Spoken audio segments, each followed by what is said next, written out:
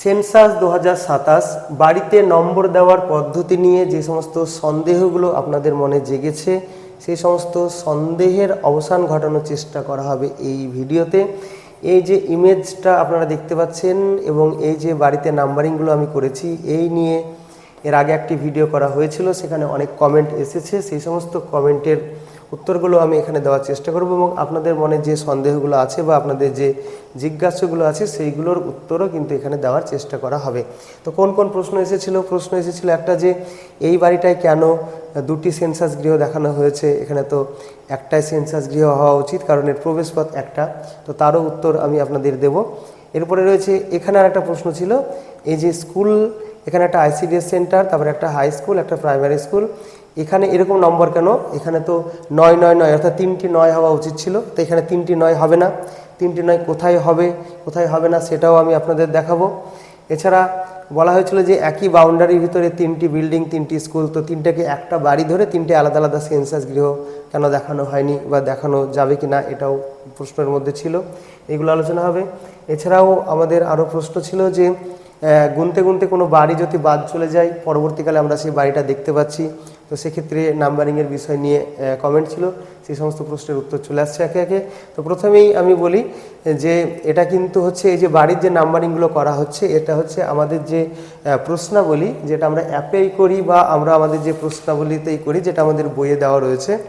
তো এটা হচ্ছে প্রথমে আসছে লাইন নম্বর, সেটা 1 নম্বর, সেটা একটা রানিং সিরিয়াল নম্বর 1 2 3 4 করতে করতে পরপর চলে যাবে। তারপরে এই যে বাড়ির নম্বর যেগুলো দেওয়া হয়েছে এটা হচ্ছে আমাদের এই প্রশ্নাবলীর 2 নম্বর কলামে যেটা লিখতে হবে।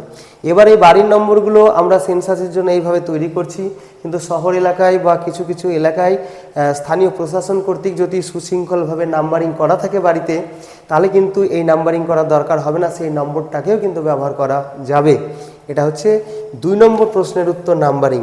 আর যারা বলছিলেন যে ওই স্কুল কলেজের ক্ষেত্রে 999 নম্বর হবে, সেই 999 এর প্রসঙ্গটা আসছে এখানে। যে 9 নম্বর প্রশ্ন, সেই 9 নম্বর প্রশ্নের উত্তর যেটা প্রাতিষ্ঠানিক পরিবার, সেই ক্ষেত্রে আমাদের এই 999 আসবে। এবার স্কুল কলেজ আইসিডিএস সেন্টার এগুলো কিন্তু প্রাতিষ্ঠানিক পরিবার নয়। প্রাতিষ্ঠানিক পরিবার হচ্ছে জেলখানা, তারপরে বৃদ্ধাশ্রম, তারপরে হোস্টেল, এইগুলো হচ্ছে প্রাতিষ্ঠানিক পরিবার, তার সঙ্গে এইটাকে মিশিয়ে ফেললে হবে না। আর একটা কথা বলে রেখে যে স্কুল কলেজ, তার মন্দির মসজিদ বা ফাঁকা বাড়ি, এদের ক্ষেত্রে কিন্তু আমাদের যে প্রশ্নাবলী, এর প্রশ্নাবলীর মাত্র 1 থেকে 7 নম্বর পর্যন্ত পূর্ণ হবে, আমরা 9 পর্যন্ত যেতেই পারবো না। সুতরাং 9 নম্বরে ওই যে 999 3টি দেওয়ার, মানে 9 নম্বর প্রশ্নের উত্তর যেটা, সেটা দেওয়ার কোনো অপশানে আমাদের থাকছে না।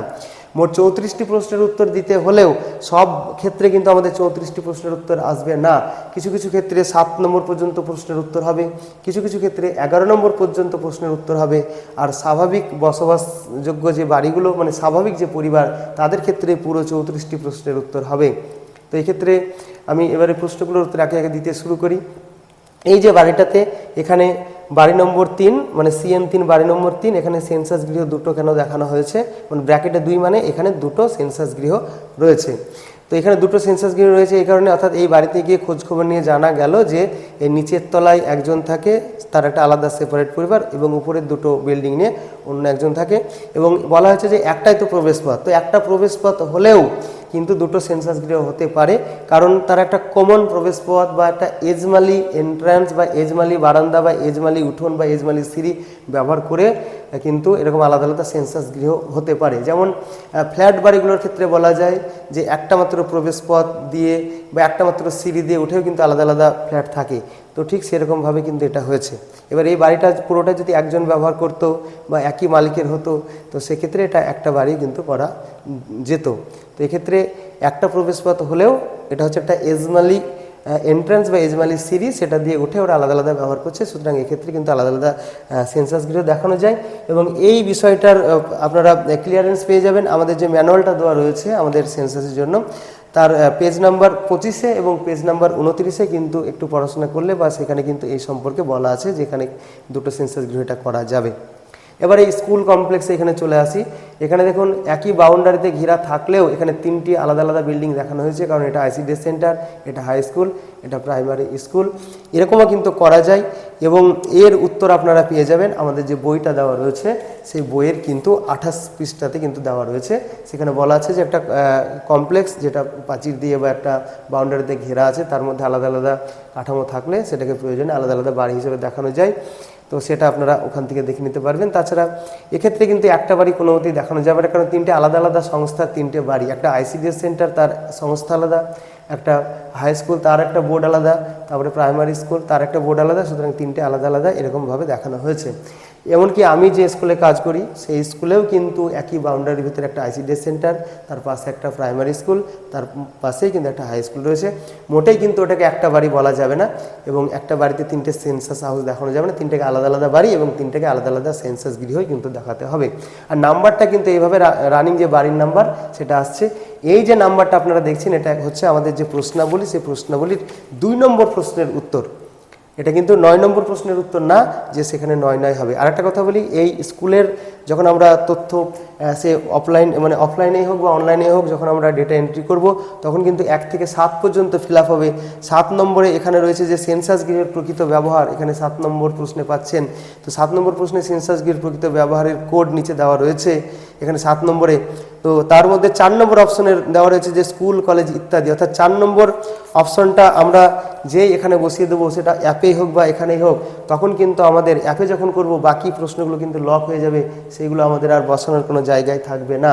শুধুমাত্র 7 নম্বর প্রশ্নে যদি 1 বা 2 কোড আসে এখান থেকে, তাহলেই কিন্তু আমাদের পরবর্তী দিকে পরবর্তী প্রশ্নগুলোর দিকে এগিয়ে যাওয়া যাবে, বাকিতে এগিয়ে যাওয়া যাবে না। সুতরাং স্কুলের ক্ষেত্রে তো আমরা 7 নম্বরেই থেমে যাচ্ছি, আমরা 9 নম্বর পর্যন্ত পৌঁছতেই পারছি না, অর্থাৎ স্কুল কোনো একটা পরিবারের মধ্যেই পড়ছে না। সুতরাং এখানে 999 যে বিষয়টা বলা হচ্ছে 999, সেই সংখ্যাটা বা সেই কোডটা আসবে না। সেটা কোথায় আসবে? 3টে 9-এর যে প্রসঙ্গ সেটা আসবে আমাদের যেটা প্রাতিষ্ঠানিক পরিবার। প্রাতিষ্ঠানিক পরিবার বলতে যেমন একটা হোস্টেল, বৃদ্ধাশ্রম, জেলখানা, এই ধরনের জিনিসগুলো। যেমন এটাকে যদি আমি একটা হোস্টেল হিসেবে যদি এটাকে ধরি, তাহলে এখানে আমাদের যে এই যে বাড়ির নম্বরটা দিয়েছি CN7, এটা হচ্ছে আমাদের 2 নম্বর প্রশ্নের উত্তর। তারপরে আরও রয়েছে সেন্সাস গৃহের নম্বর, যেটা 3 নম্বর প্রশ্নের উত্তর, সেটা সেন্সাস গৃহটা এখান থেকে সাজিয়ে আসতে হবে। কী হচ্ছে সেটা আমাদের অ্যাপে অটোমেটিক নেবে, বা এখান থেকে আমাদের কোন বাড়িতে কটা সেন্সাস গৃহ আছে সেইভাবে রানিং নাম্বারটা আসবে। আর পরিবার সংখ্যা যখন আমরা লিখব 9 নম্বর প্রশ্নের উত্তর, তখন যেহেতু এটা একটা হোস্টেল, এটা একটা প্রাতিষ্ঠানিক পরিবার, এখানে ছাত্রছাত্রীরা সবাই একসঙ্গে থাকে, একসঙ্গে খাওয়া দাওয়া করে, এটা একটা সেন্সাস গৃহ এবং একটাই পরিবার এবং সেটা প্রাতিষ্ঠানিক পরিবার, তাই ওই 9 নম্বর প্রশ্নে এখানে 3টে 9 বসবে। আর আরেকটা কথা বলি, যারা যেগুলো প্রাতিষ্ঠানিক পরিবার তাদের কিন্তু এখানে প্রশ্ন 1 থেকে 11 নম্বর পর্যন্ত পূর্ণ হবে, 1 থেকে 11 পর্যন্ত পূর্ণ হবে প্রাতিষ্ঠানিক পরিবারের ক্ষেত্রে। আর যেগুলো এরকম ইনস্টিটিউশন, স্কুল, কলেজ, মন্দির, তাদের ক্ষেত্রে 1 থেকে 7 পর্যন্ত হবে। আর যেগুলো স্বাভাবিক পরিবার তাদের ক্ষেত্রে হবে একদম প্রথম থেকে শেষ পর্যন্ত সমস্ত প্রশ্নগুলোর উত্তর।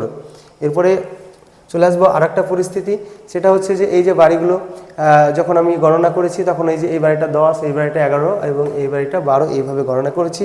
কিন্তু পরে দেখা যাচ্ছে এই যে গলির ভিতর একটা বাড়ি ছিল, সেটা হয়তো আমি লক্ষ্য করিনি, আমার তখন নজরে পড়েনি, বা এমনও হতে পারে যে এই বাড়িটা পরে তৈরি হয়েছে। তো পরে যখন আমি ওই বাড়িটাকে নাম্বারিং করব, তখন আমি কিভাবে নাম্বারিং করব? তো যেহেতু এটা 10 নম্বর এবং এটা 11 নম্বর, 10 এবং 11 নম্বর বাড়ির মাঝে আমি আরেকটা বাড়ি পাচ্ছি। এই যে এই বাড়িটা, এখানে নতুনভাবে একটা বাড়ি আমি তৈরি হতে দেখছি, বা বাড়িটা আমার প্রথমে নজরে পড়েনি, এখন পড়েছে। তো এই ক্ষেত্রে নম্বরটা হবে 10/1। এবার যদি বাড়িটা এই গলিতে থাকতে এখানে 11 নম্বরে পড়ে, তাহলে সেটা হতো 11/1।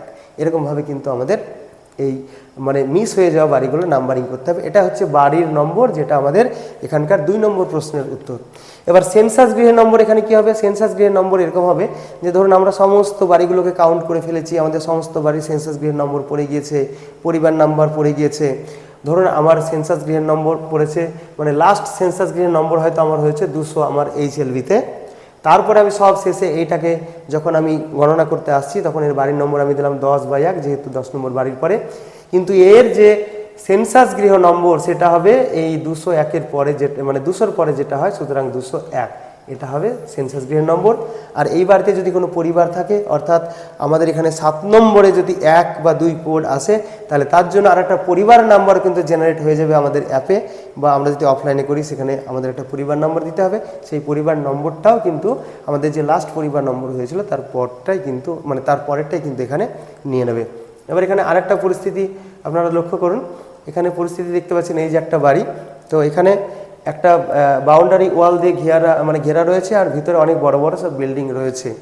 তো যারা অনেকে যারা বলছিলেন যে ওই একই বাউন্ডারির ভিতরে ICDS centre, primary school, high school থাকলে পুরোটাকে একটাই বাড়ি ধরতে হবে, তারা যারা বলছিলেন, তো তাদের কাছে আমি এই চিত্রটা রাখছি। তো এটাকে আপনারা কি বলবেন? এই পুরোটা সবগুলো মিলিয়ে কি এটাকে একটাই বাড়ি ধরবেন এবং বাদবাকিগুলো কি আলাদা আলাদা সেন্সাস ধরবেন, না এটাকে একটা বাড়ি ধরবেন, এটাকে একটা বাড়ি, এটাকে একটা বাড়ি, এটাকে একটা বাড়ি, এটাকে একটা বাড়ি, এটাকে একটা বাড়ি ধরবেন এবং ভিতরে যেগুলো আছে সেটা আলাদা আলাদা সেন্সাস গৃহ ধরবেন, নাকি এর ভিতরে যতগুলো ফ্ল্যাট আছে ছোট ছোট সবগুলোকে আলাদা আলাদা সেন্সাস গৃহ ধরবেন বা বাড়ি ধরবেন? তো এই হচ্ছে একটা প্রসঙ্গ। তো এই নিয়ে আপনারা একটু ভাবনা চিন্তা করবেন এবং এর উত্তর আপনারা কি করবেন, এক্ষেত্রে আপনারা কি করতে চাইছেন সেটা একটু কমেন্টে জানাবেন। তাহলে এটুকু ছিল এই ভিডিওটির আলোচনা। আবারও দেখা হচ্ছে অন্য ভিডিওতে।